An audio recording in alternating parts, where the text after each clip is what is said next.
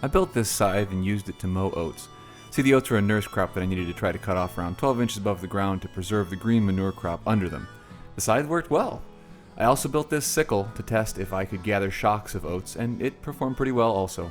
In this video, I'll show you how I built both of these from scraps I found at my farm. Step 1, walk through the forest and find a branch about 1.5 inches around from a hardwood that's a bit longer than you all are tall.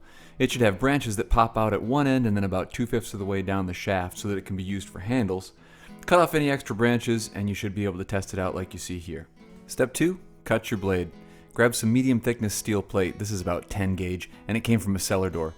Measure and draw your scythe blade and your sickle blades on it. I created scythe blades that were about 24 inches long and a sickle blade that was about 12 inches long. On the end of each I had about a 6-inch handle connection, which you'll see at the end of this shot here. Be sure to wear safety gear and use an angle grinder to cut out your blade. Step 3, connect the blade to your handle. I tried 2 methods and both of them worked. First method is cut a slot at the end of your handle, bend the blade connection, drill holes in the metal of the blade connection, and then just bolt the blade into the handle. The second method is to hammer the blade connection around the end of the handle. Then drill holes through that blade connection metal and through the handle itself and bolt it into place. Step 4, reinforce and sharpen the blade.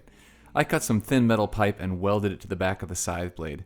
I painted the whole blade and then used an angle grinder to sharpen it up. I did all the same steps to create a left-handed scythe and a sickle, except I didn't add the reinforcement to the sickle as there was really no need for it. I have small, inaccessible areas to mow really high, and the scythe and sickle are great. They do need to be sharpened way more often than their commercial counterparts because these aren't forged steel, but they work. And be sure to keep the scythe blade up, as I managed to bury my scythe blade in the dirt a few times and bend it. Practice, practice, practice should fix that though. Let me know what you think in the comments, and don't forget to like and subscribe for more unique and useful do-it-yourself builds.